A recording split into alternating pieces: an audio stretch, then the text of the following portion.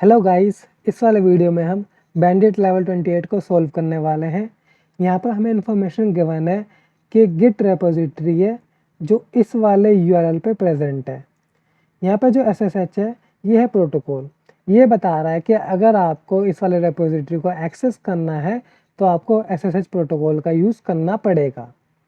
उसके बाद है बैंडिट 28-git। ये है यूज़र का नेम जो उस वाले रेपोजिटरी को एक्सेस कर सकता है। उसके बाद है लोकल होस्ट।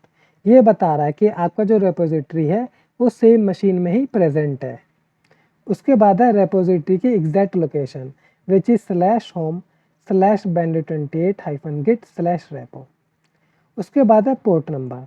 इसका मतलब ये है कि अगर आपको उस वाले रेपोजिटरी को एक्सेस करना है विया एसएसएच तो आपको जो होता है ये वाला पोर्ट नंबर स्पेसिफाई करना पड़ेगा विच इज़ 222 उसके बाद हमसे कह रहा है जो पासवर्ड है यूज़र बैंडिट 28-git का वो बिल्कुल सेम है यूज़र बैंडिट 28 के।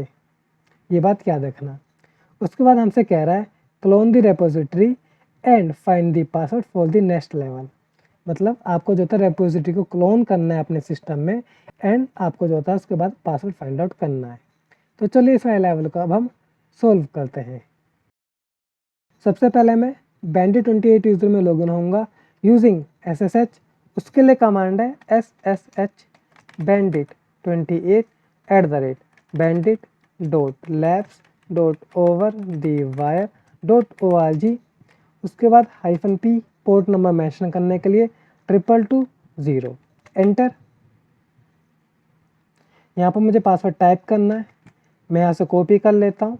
कॉपी करने के लिए Ctrl+Shift+C, पेस्ट करने के लिए Ctrl+Shift+V एंटर। यहाँ पे आप देख सकते हैं मैं बैंडिट 28 यूज़र में लॉगिन हो गया हूँ। चेक करने के लिए हुआ माई कमांड। यहाँ पे आप देख सकते हो बैंडिट 28। मैं इस वाले स्क्रीन को क्लियर कर देता हूँ यूजिंग क्लियर कमांड। अब हमें रेपोजिटरी को क्लोन करना है तो सबसे पहले जो होता है मैं टेम्प डायरेक्टरी में नेविगेट करूँगा cd/temp। यहाँ पे मैं जो होता है एक डायरेक्टरी बनाऊँगा mkdir bandit 29 क्योंकि हमें जो होता है बैंडिट 29 यूज़र का पासवर्ड फाइंड आउट करना है। एंटर। उसके बाद जो होता है मैं नेविगेट करूँगा बैंडिट 29 डायरेक्टरी में। ओके, इस वाले स्क्रीन को मैं क्लियर कर देता हूँ। अब हम रेपोजिटरी को क्लोन करेंगे जिसके लिए हम लोग कमांड यूज़ करेंगे git clone। उसके बाद आएगा URL। अगर आपको याद होगा हमारा जो SSH प्रोटोकॉल है वो रन कर रहा है पोर्ट नंबर 222 पे।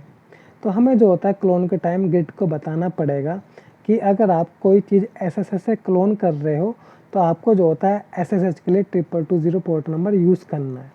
तो हम कैसे बताएंगे, हम यहाँ पर लिखेंगे गिट कैपिटल लेटर में _SSH_कमांड इक्वल टू, फिर डबल कोड के अंदर हमारा आएगा SSH-p पोर्ट नंबर के लिए 222।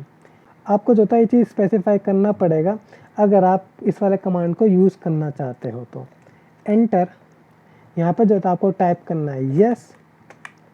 उसके बाद जो होता है यहाँ पर आपको पासवर्ड देना है बैंडिट 28-git का जो एग्जैक्टली सेम है बैंडिट 28 यूज़र के। तो Ctrl+Shift+C, Ctrl+Shift+V।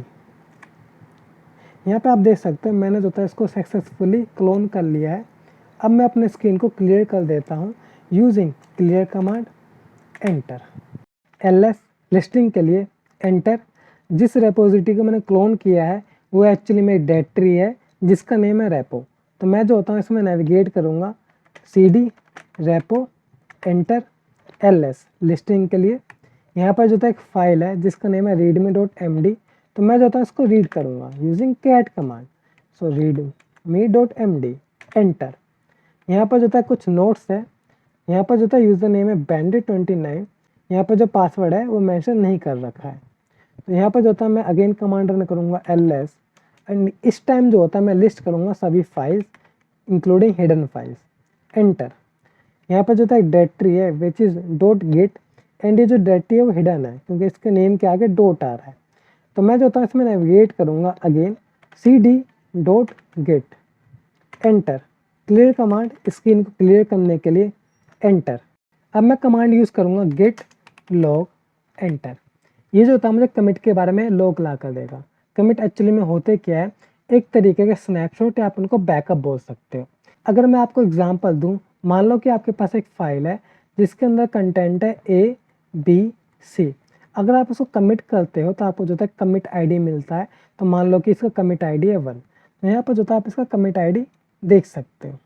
ओके, मान लो कि आपने इसके अंदर कुछ चेंजेस किए, आपने इसको कर दिया A B and D। Okay, तो जब आप इसको कमिट करोगे तो आपको जो है डिफरेंट आईडी मिलेगी। तो आप जो होता है इन कमिट आईडी की हेल्प से आप ये पता कर सकते हो कि पहले क्या कंटेंट थे, न्यू क्या कंटेंट है। ओके, तो ये बात याद रखना। अगर मुझे इस वाले कमिट आईडी के बारे में इंफॉर्मेशन चाहिए कि इसके अंदर जो होता है क्या कंटेंट है, तो मैं जो होता है कमांड यूज़ करूँगा git show and commit ID enter. तो यहाँ पर जो होता है प्लस सिंबल मतलब होता है आफ्टर कमिट, और पहला ही कमिट है। ओके, तो यहाँ पर होता है प्लस सिंबल आपको दिख रहा होगा। बट अगर यहाँ पर जो होता है मैं दूसरे कमिट के लिए जाऊँ, okay, which is this one, control shift C, git show and commit ID enter. तो यहाँ पर जो होता है आप देख सकते हो माइनस माइनस मतलब होता है बिफोर कमिट, प्लस का मतलब होता है आफ्टर कमिट। तो यहाँ पर जो होता है Bandy29 यूज़र का पासवर्ड है दिस वन। तो इसको जो होता है मैं कॉपी कर लेता हूँ एंड इसको जो होता है मैं सेव कर लेता हूँ Bandy29 फाइल में। कैड करके कंफर्म कर लेते हैं। तो यहाँ पर आप देख सकते हो कि मैंने इसका पासवर्ड सेव कर लिया है। तो अगर आपको आज की वीडियो में कोई भी डाउट होता है तो आप मुझसे कमेंट बॉक्स में पूछ सकते हैं। Thank you for watching the video.